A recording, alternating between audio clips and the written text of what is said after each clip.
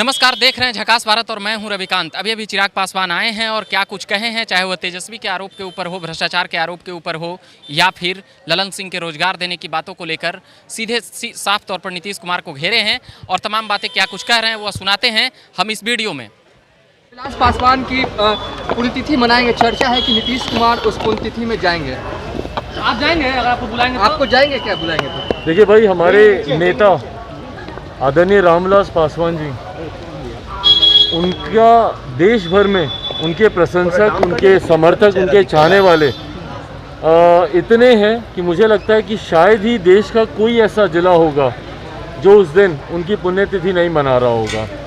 बिहार में भी लोक जनशक्ति पार्टी, हमारे हर जिला अध्यक्ष उनकी पुण्यतिथि पूरे धूमधाम से बिहार के हर एक ज़िले में आयोजित कर रहे हैं।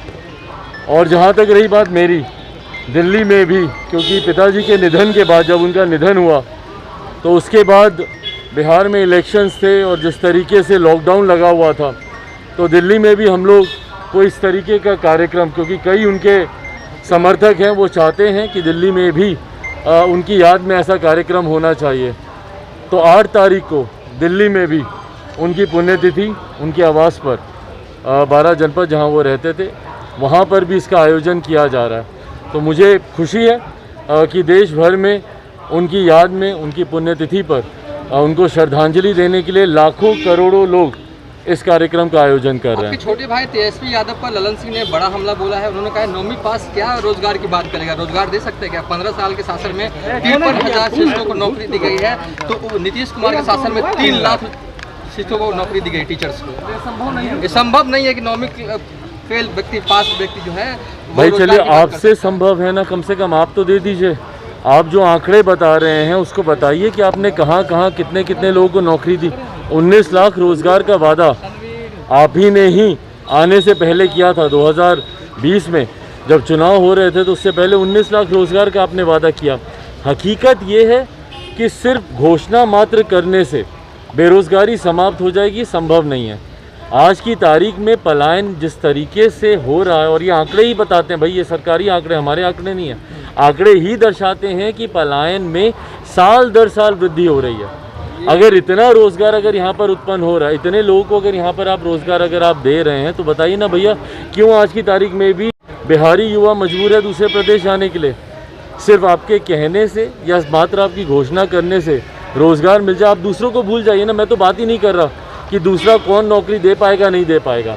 आज की तारीख में सरकार में आप बैठे हुए हैं, अधिकार क्षेत्र आपके पास है रोज़गार देने का। आप बताइए कि आपने कितने रोज़गार दिए। अगर आप बोलते हैं कि भैया अगर आपने 3 लाख आंकड़े, अगर आपने 3 लाख रोज़गार दिए तो बताइए कहाँ कहाँ वो रोज़गार दिए। और जो 19 लाख का आपका वादा है उसको आप कब तक पूरा कर देंगे, ये भी बता दें भाई। आप तो सरकार में, हम सवाल पूछेंगे आपसे, आप अगर हमें जवाब देंगे, सही जवाब होगा, संतोषजनक जवाब होगा, बिहारी उससे अगर खुश होंगे तो अच्छी बात है ना, और क्या चाहिए। खाली करने का आदेश दे दिया गया है अम्बेडकर छात्रावास को। सर, आपके पास भविष्य में बिहार में 2 सीटों पर उपचुनाव होने हैं, दोनों ही जेडीयू की थी। क्या फिर से जब उपचुनाव होंगे तो चिराग पासवान अपना प्रत्याशी उतारेंगे? जी बिल्कुल, मैंने इस बात को मैंने पहले भी कहा है कि लोक जनशक्ति पार्टी उपचुनाव में अपने प्रत्याशी उतारेगी।